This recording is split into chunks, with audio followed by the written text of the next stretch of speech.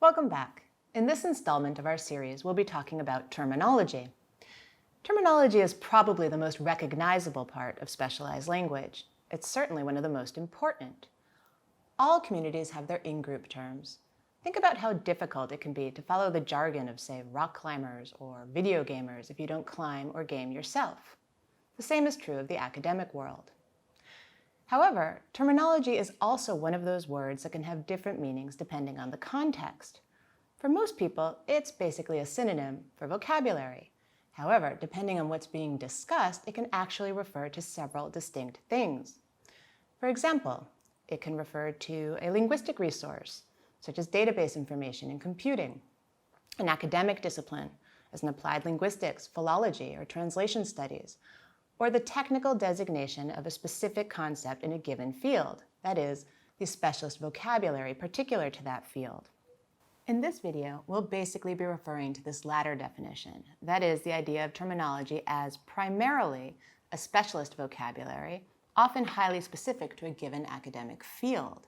However, although terminology usually refers to a specialized vocabulary, it can also refer to symbols, codes, formulae, drawings, and other specialized representations of meaning that are not exclusively word-based. In any case, if we restrict our understanding of terminology to mean specialized vocabulary, then we can probably all agree that it is a part of specialized language that is actually the most specialized. We can also all probably agree that, in this sense, it is directly related to specialized knowledge and is often regarded as the clearest indicator of that knowledge and language.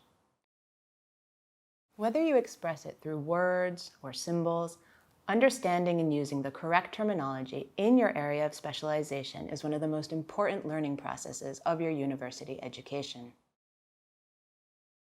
So, why is terminology so important in specialized language? Well, specialists write and talk in the terminology of their area of specialization.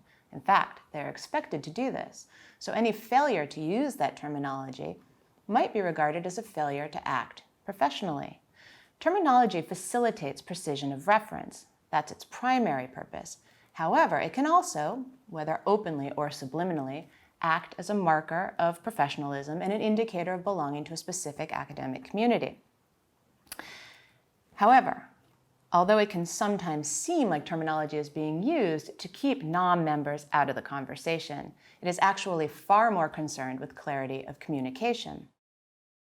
For example, lay people might talk about the difficulty of making a certain sound in a certain language, but a phoneticist would talk about the difficulty of articulating a specific phoneme. Likewise, people talk about books, plays, poems, but a literary specialist talks about text. Basically, the technical terms in those examples have the same meaning as their non-technical alternatives. However, terminology allows the specialist to be far more precise in what they're referring to.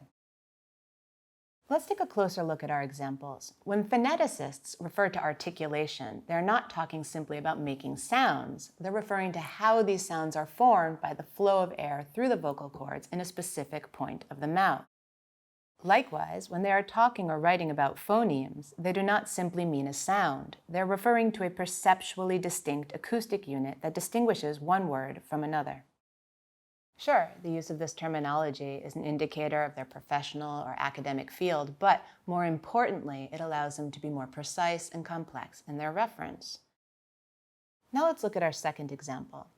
When literary specialists talk about texts, they're not talking about a physical book or even the abstract idea of that book.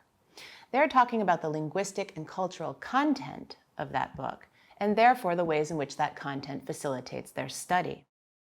The word text in literary studies contains within it an understanding of the fact that a book is much more than a mere story or collection of words, sentences, and paragraphs. It is the coded form of a complex series of linguistic structures and cultural ideas. Again, the use of this terminology marks the speaker or writer as a member of a specific academic community, but it also allows him or her to be more precise and to make points that are more technically elaborate. Now, these are just two examples of the importance of terminology. Obviously, you could find a vast number of examples in any academic discipline. The next question then is, where can you find terminology in use and how can you learn it? Well, As with all vocabulary, terminology is an integral part of the spoken and written language. So, the terminology of a specific academic area or discipline will be in evidence in the written forms of that specialized language. For example, textbooks, articles, specialist studies, and so on. It will also, of course, be on display in the spoken forms of that language. Lectures, presentations, practicals, even tutorials or informal discussions of more technical topics. In many cases, such as the experimental sciences, the health sciences, law, economics, the sheer amount of terminology can at first seem daunting. Fortunately, it tends to be formally taught as a necessary part of the requisite academic training in these fields. In this sense, the discipline itself will probably highlight and illustrate the terms deemed important in the syllabi of its degree subjects. So, students naturally learn the necessary terminology through instruction and exposure to written and spoken forms of it, until eventually they can produce it suitably on their own as required. In other cases, perhaps particularly within the humanities, the formal teaching of these terms is not as well defined. In these ambits, there are many words that are quite frequent but can have very different and distinct meanings from their non-technical counterparts. However, they are rarely taught in a formal sense. Words such as text, patriarchal, hegemonic, structural, or postmodern, to name just a few common indicators of academic discourse, may require students to pay close attention on first encounter and to actively inquire about their meaning from a reliable source before using them in their own written and spoken contributions to their discipline. Whatever your field, you should try to be open to identifying and defining the terminology you come across in written and spoken language. Take note of it. Write it down and try to work out what it means in non-technical language. Keep a glossary of the terms that you feel are important.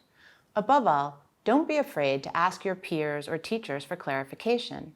Competent use and understanding of the specialized terminology in your area of specialization is an essential part of belonging to the community of specialists that make up your academic area.